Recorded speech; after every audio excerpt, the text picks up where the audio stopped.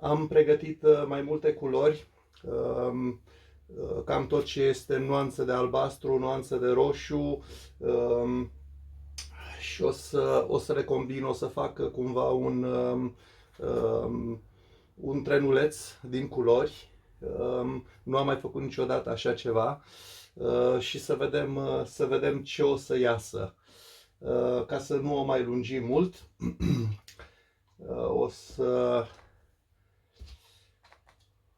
o să dăm drumul la treabă. Mai întâi o să aplicăm o bază de alb. Albul va fi spațiul negativ.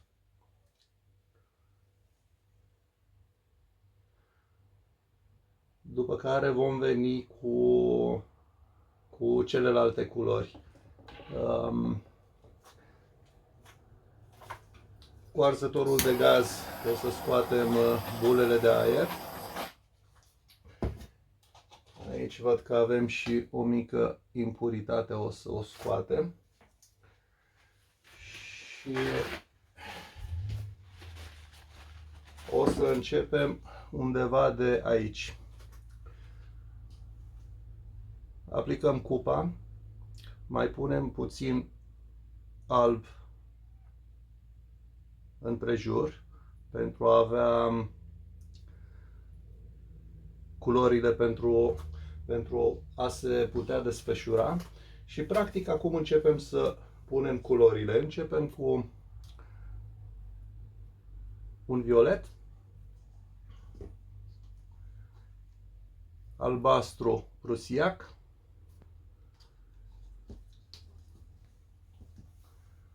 un albastru verde,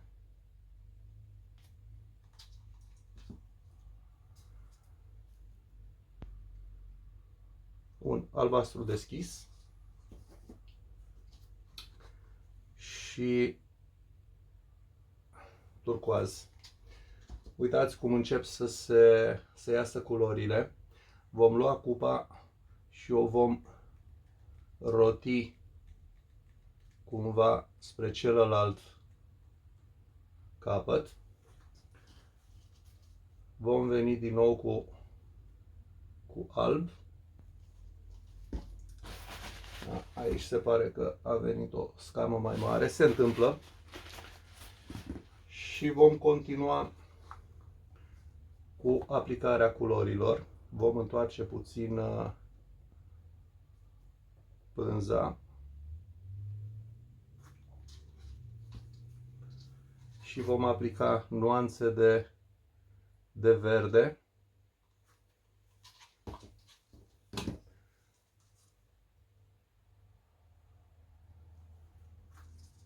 Sunt foarte curios să vedem cum o să iasă acest sistem, pentru că nu l-am mai aplicat niciodată. Acum deja am trecut la nuanțele de roșu și am început cu un magenta închis roșu. Aici avem un corai foarte frumos. Dar deja cupa a început să plece. Oranj.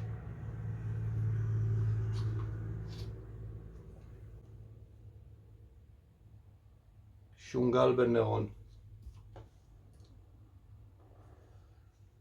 Vom aplica același sistem, vom roti cupa și din câte se observă, mi-au rămas numai nuanțele de verde și albastru, dar încet încet apar și nuanțele de oranj și galben. Bun.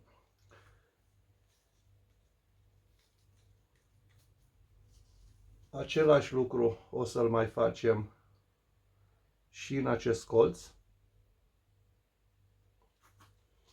Da, uitați ce nuanțe frumoase de oranj și galben s-au combinat aici.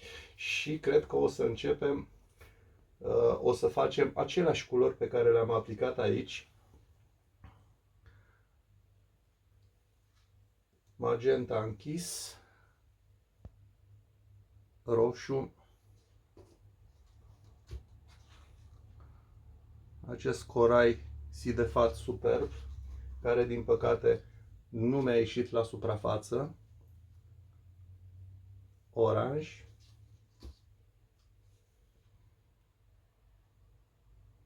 și galben. Și voi veni cu cupa, o vom roti deasupra nuanțelor de albastru.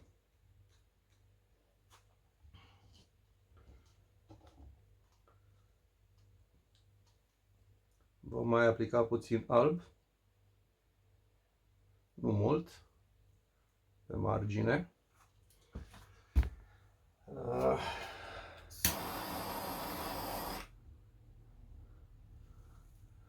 Da, se pare că nuanțele sunt foarte, foarte bine combinate. Din păcate pânza este puțin înclinată și mi se cam scurge vopseaua. Da, uitați ce celule frumoase am obținut. Foarte frumos. Foarte frumos. O să vin cu niște bețișoare de desubt pentru a ridica puțin din această parte.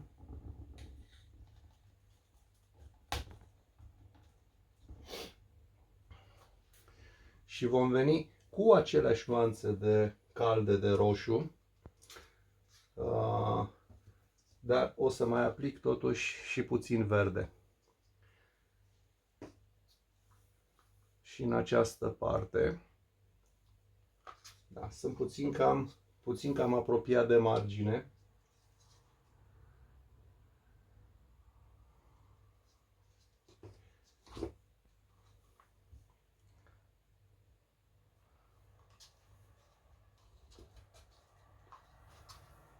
Oranj.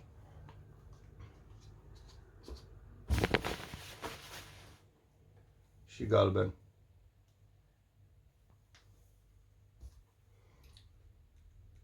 Și vom roti până în capăt.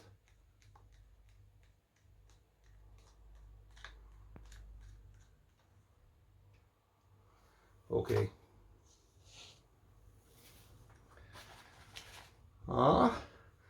Nu știu cum se vede de la voi, dar de la mine este minunat.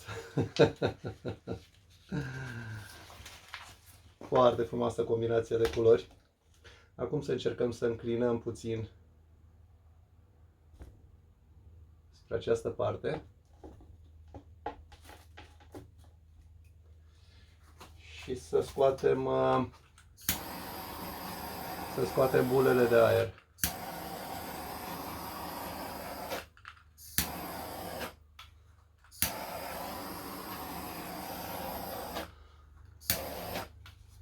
Oh, foarte frumos, foarte frumos. Aici ar mai trebui puțin alb pe margine,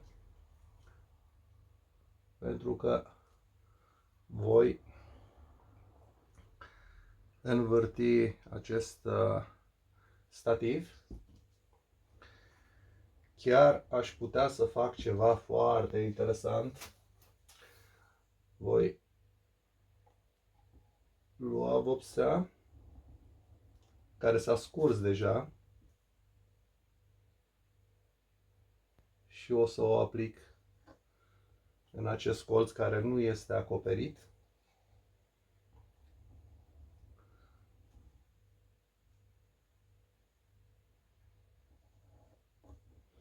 Oh, ok, foarte frumos, foarte frumos.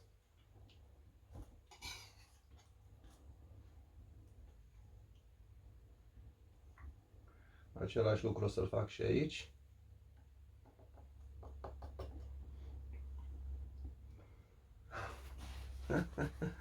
Da, deci pentru cei care iubesc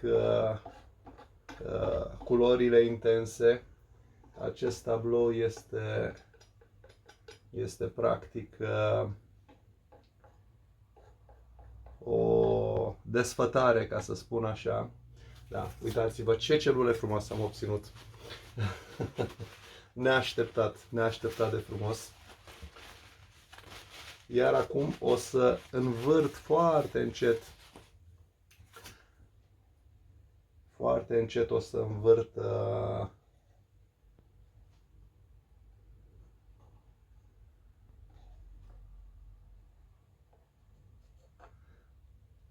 discul, dar mai întâi o să-mi acoperă marginile pentru ca vopseaua să poată să alunece mai bine. Aici pe margine nu o să-mi rămână ceea ce aplic acum, dar mă ajută ca vopseaua de sus, în momentul în care învârt, să alunece mai bine.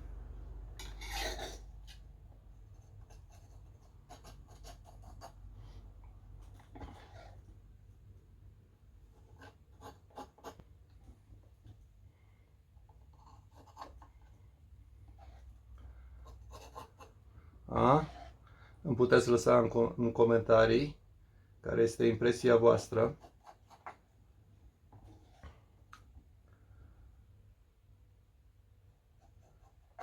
Da, cum acest live din păcate se apropie de sfârșit.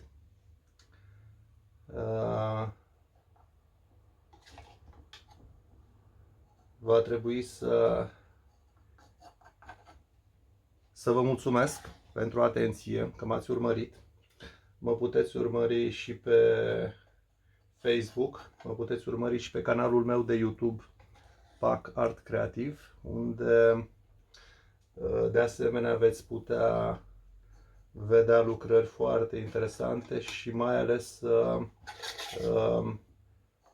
sfaturi în ceea ce privește turnarea acrilică.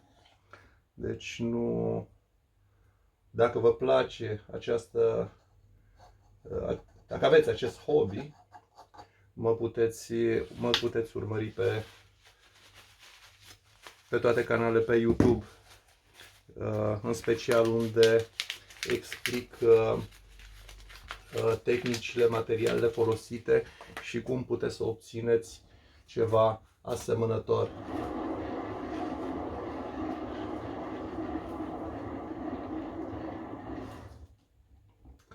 Da. Deci am învârtit, toată vopseaua s-a dus în laterale, mi-a acoperit foarte bine și părțile laterale. Deci practic este o continuare a ceea ce vedeți aici, este și pe lateral prin această învârtire. Da, foarte bine s-a acoperit, foarte frumos. Da, deci cam asta a fost. Vă mulțumesc încă o dată pentru că m-ați urmărit.